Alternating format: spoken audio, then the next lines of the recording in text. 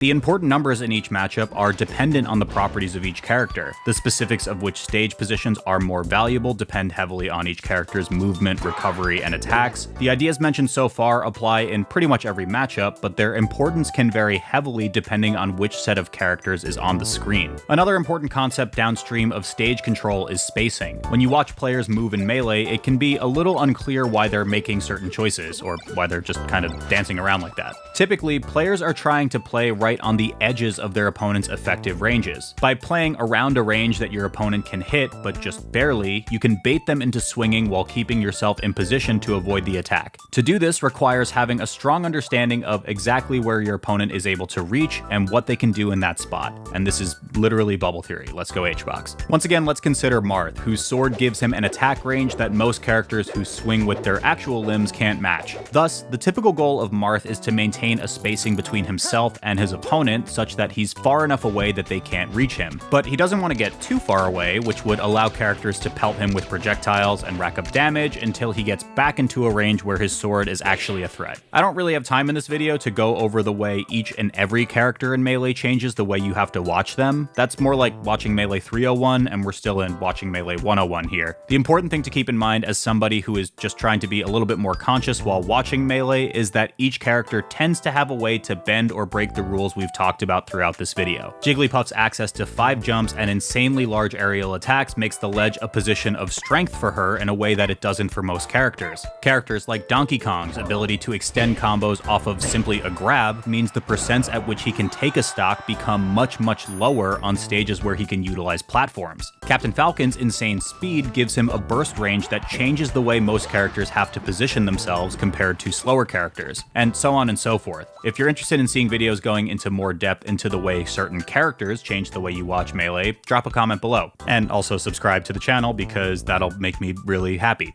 and stuff, so woo!